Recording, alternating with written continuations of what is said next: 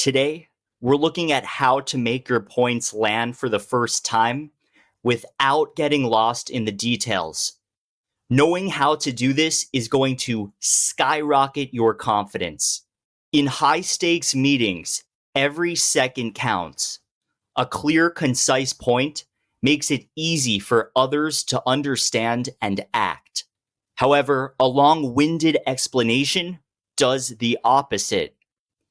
It risks losing the room and diluting your influence. And this isn't just a challenge for non-native English speakers.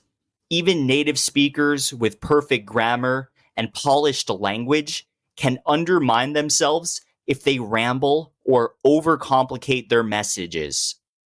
In medical affairs, we already deal with complex science and multiple stakeholders. Add to that the reality that attention spans are shorter than ever, thanks to the way technology trains us to expect instant information. And you can see why clarity is no longer optional. This trend is not reversing, so being able to frame your ideas quickly and clearly is an essential skill for any medical affairs professional who wants to be heard. In this lesson, we'll look at simple strategies and frameworks that you can use to make your ideas land quickly, sound credible, and drive the discussion forward.